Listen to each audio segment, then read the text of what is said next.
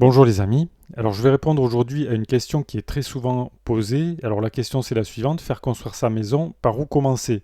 Comment on peut s'y prendre quand on a envie de faire construire sa maison?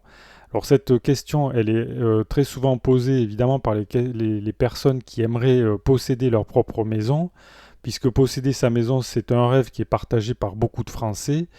Et c'est logique, puisque quand on est propriétaire de sa maison, déjà c'est un avantage financier évident, puisqu'on n'a pas de loyer à payer. Et puis surtout, c'est un avantage en termes de mode de vie, puisque on peut avoir une maison éventuellement avec un jardin qui permet de profiter des extérieurs. Et donc voilà, ça peut être quelque chose d'extrêmement intéressant en termes de mode de vie. Alors, pour faire construire sa maison, il y a trois étapes essentielles à prendre en considération. La première étape, déjà, c'est la question du financement. La deuxième étape, ce sera la recherche du terrain. Et la troisième étape, l'obtention du permis de construire. Alors, après, je ne vais pas détailler toutes les étapes possibles pour la construction de la maison en elle-même. Mais pour commencer, il y a déjà ces trois étapes capitales qui sont à respecter, et c'est bien le cas de le dire pour le financement, puisque si vous n'avez pas de budget, pas de financement, c'est-à-dire pas de budget égale pas de maison, quoi. C'est aussi simple que ça. Donc faire construire une maison, c'est une question de moyens, ça va sans dire. Et il faut savoir que le coût d'une construction de maison standard, on va dire, ça tourne aux alentours de 1500 euros par mètre carré donc pour un bâtiment standard, hein. C'est-à-dire qu'après ça peut monter beaucoup plus, évidemment, si vous choisissez de faire une maison avec des matériaux de qualité supérieure. Mais sachez que vous avez aussi la possibilité de faire une autoconstruction, c'est ce que moi je fais, et dans ce cas-là, ça vous reviendra beaucoup moins cher. Peut-être vous pouvez compter, on peut compter peut-être à partir de 600 euros du mètre carré, mais c'est pas gratuit quand même. Donc première chose à faire, donc s'occuper du financement.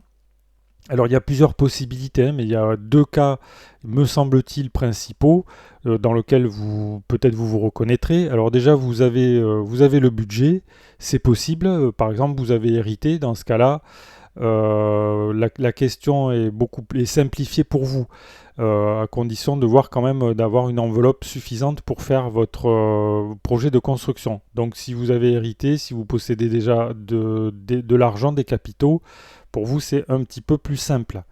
Donc cette étape elle sera moins compliquée. Cas numéro 2, je dirais que c'est le cas le plus fréquent, c'est que la plupart des personnes qui souhaitent faire construire n'ont pas de budget. Parfois il est possible que vous ayez un petit apport, mais évidemment, vous ne pouvez pas sortir 150 000 euros pour faire construire une maison, plus l'achat d'un terrain.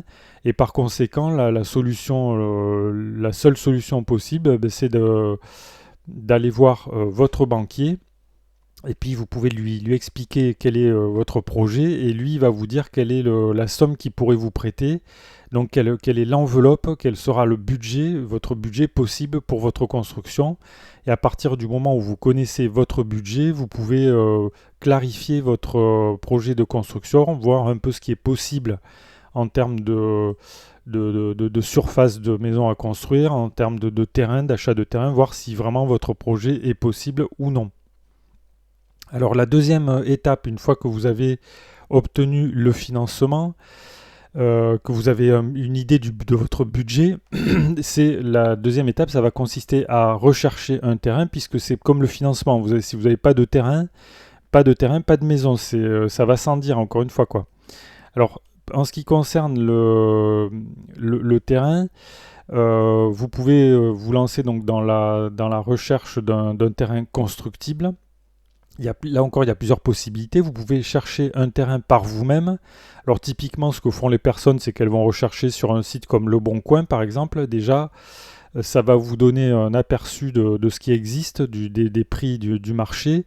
Mais il faut faire attention parce qu'il y a terrain, et il faut que le terrain déjà soit constructible. Ça va sans dire, parce que s'il n'est pas constructible pour vous, il ne vaudra rien pour votre projet. Et il faut éventuellement que ce terrain soit viabilisé. C'est-à-dire que viabilisé, ça veut dire qu'il faut qu'il soit raccordé au réseau, un minimum, ou en tout cas pas trop éloigné des réseaux. Donc les réseaux, ce sont les réseaux d'alimentation en eau, en électricité. pour les télécommunications également. Et éventuellement, il vous faut faire attention à ce que le terrain soit raccordé également au tout à l'égout.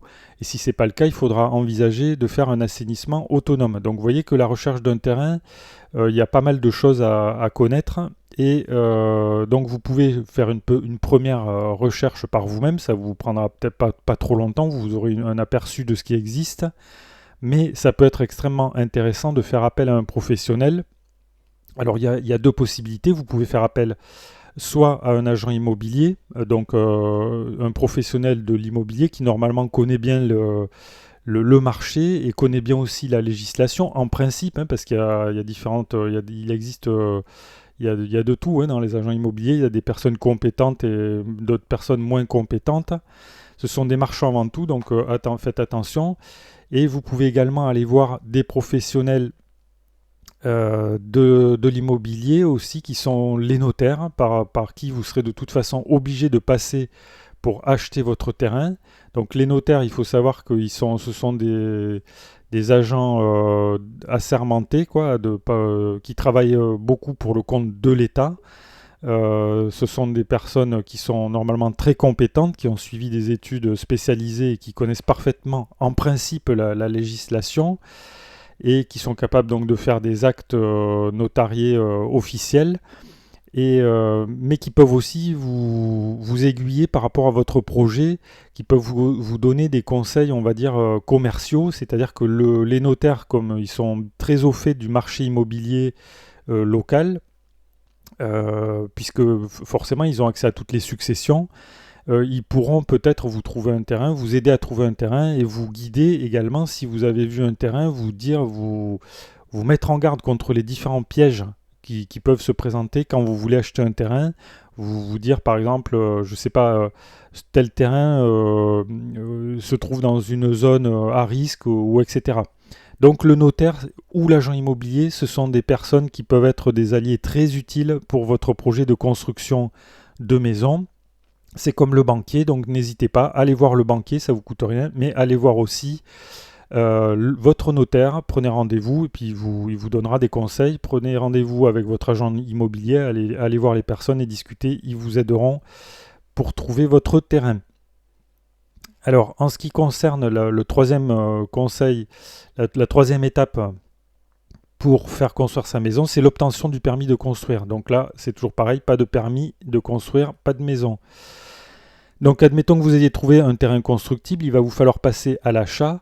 Et alors quand vous achetez un terrain, il faut, à mon sens, absolument qu'il y ait une condition suspensive quand vous voulez acheter votre terrain, c'est-à-dire que si vous n'obtenez pas le permis de construire sur le terrain que vous voulez acheter, il faut pas acheter le terrain, quoi, puisque évidemment le terrain ne vaut rien pour votre projet. Mais ça, c'est un détail qui est très important qu'il faut voir avec votre notaire, qui vous en parlera. Donc, conditions suspensives à l'achat. Si vous n'obtenez pas le permis, vous n'achetez pas le terrain. Alors ensuite, en ce qui concerne le permis de construire, alors là encore, vous avez deux possibilités. Soit vous le faites par vous-même. Alors moi, c'est ce que j'ai fait, mais je pense que c'est un cas un peu on va dire minoritaire, c'est-à-dire que j'ai fait le maître d'ouvrage par moi-même, mais la plupart du temps, pour la plupart des personnes, vous allez devoir faire appel à un professionnel. Alors ça peut être un architecte, un maître d'ouvrage, ou alors un cas général assez répandu, je crois qu'il couvre 60% des constructions de maisons, ce sont les constructeurs de maisons individuelles, donc les professionnels spécialisés dans la construction de maisons. Ok, donc là, il va vous falloir, encore une fois, essayer de commencer par trouver des contacts, des constructeurs qui seront en mesure de construire votre maison, ou alors vous devez étudier la question de l'autoconstruction, qui est un domaine que j'aborde très fréquemment sur cette chaîne, puisque c'est mon cas, quoi. Et lorsque vous avez vos plans, puisqu'il faut des plans, hein, il faut absolument des plans et des documents administratifs pour déposer votre permis. Vous pouvez déposer votre demande de permis de construire et à ce moment-là, si vous obtenez votre permis, ça débloque l'achat du terrain. Et dans ce cas-là, vous allez pouvoir, une fois que vous avez obtenu acheté votre terrain, obtenu votre permis et acheté votre terrain, vous passez à une phase différente du projet qui va être la construction de la maison à proprement parler. Mais je ne vais pas développer ce point dans cette vidéo, sinon ce serait beaucoup trop long. Donc je récapitule, par où commencer quand vous voulez faire construire votre maison. La première chose à faire, c'est donc de trouver, d'essayer de voir le financement de votre projet. Ok, donc il vous pas d'argent, pas de maison, donc il faut voir comment vous allez la financer. Deuxième étape, recherche du terrain. Là, pareil, il vous faudra peut-être rentrer en contact avec des professionnels. Et la troisième étape de votre projet, c'est l'obtention du permis de construire. Et là, même chose, peut-être vous devrez faire appel à un professionnel, soit un architecte, un maître d'ouvrage ou un constructeur de maisons individuelles qui donc vous aidera à obtenir votre permis de construire. Ou vous pouvez le faire aussi par vous-même. Donc voilà les amis, les 3 étapes à suivre pour faire construire sa maison, pour commencer, comment commencer. Et alors je voudrais, pour conclure, je voudrais rajouter une chose, c'est que si vous pensez faire construire votre maison, ne vous laissez pas influencer par l'ambiance un peu, comment dirais-je, négative là, qui existe actuellement, qui dit, on entend beaucoup dans les médias dire que oui, les banques ne prêtent pas, il n'y a pas de terrain pour faire construire, il y a des difficultés administratives, il y a des réglementations énergétiques, etc. C'est compliqué, c'est difficile, c'est pas possible. Le gouvernement n'est pas d'accord pour que les gens fassent construire leur maison, etc. N'écoutez pas ces oiseaux de mauvais augure, on va dire. C'est possible de faire construire sa maison aujourd'hui encore, il n'y a pas de problème. Les banques, elles prêtent. Évidemment, les taux d'intérêt, peut-être ils sont moins avantageux que l'année dernière ou qu'il y a 2 ans, mais les banques, elles continuent à prêter de l'argent. Les terrains, il y a des terrains constructibles, c'est possible de trouver des terrains.